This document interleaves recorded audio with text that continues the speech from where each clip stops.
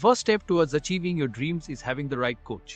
Get the best education with CAD/COM Lab and make your AutoCAD do the 3Ds Max. Dreams come true.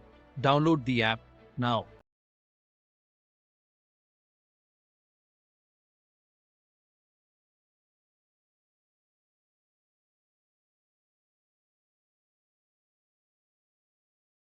फिर होस्पोस हो जाती है, समझ में नहीं आता। इसीलिए आर्किटेक्चर पार्ट में इसीलिए कॉल आउट्स को यूज़ करा गया है, डिटेल कॉल आउट को यूज़ करा जाता है ताकि आप उनको मार्क करके अलग सेपरेटली शो करा सकें सिस्टमेटिक वे।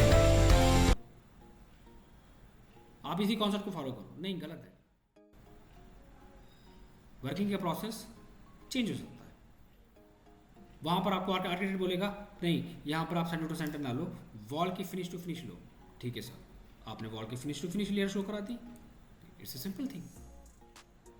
अपना लॉजिक वहाँ पर नहीं लगाना है भाई। आप काम करने जा रहे हो कहीं पे, फिर आप ये सोचो कि हमारी इंडिया में सेंटर टू सेंटर लेते हैं तो यहाँ पे भी हम सेंटर टू सेंटर लेंगे। नहीं, वहाँ पर अगर आपको ये इंस्ट्रक्शन मिल रहे हैं कि आप सेंटर टू सेंटर कॉलम्स के लीजिए या फिर फिनिश टू फिनिश लीजिए, आप उन दोनों कॉन्सेप्ट को लेके चलेंगे।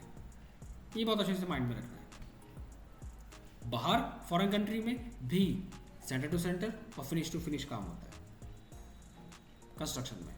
बहुत सिंपल सी बात है, राइट? इसमें कंफ्यूजन नहीं रखनी है। हाँ, प्रोसेस क्या है वो आपको पता होना चाहिए।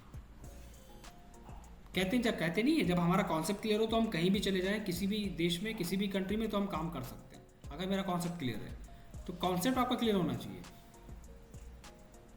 यहाँ सेंटर टू सेंटर 99.9% वर्किंग है, बाहर centre to centre plus finish to finish.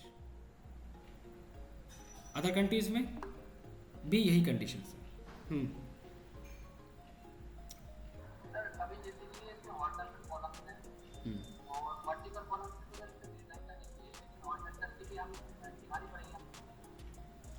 देखिए, दो कंडीशंस है यहाँ पर।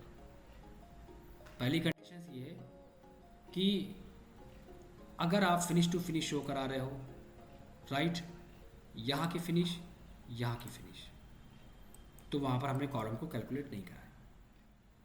यहाँ से फिनिश, लास्ट फिनिश, कॉलम को कैलकुलेट नहीं करा है।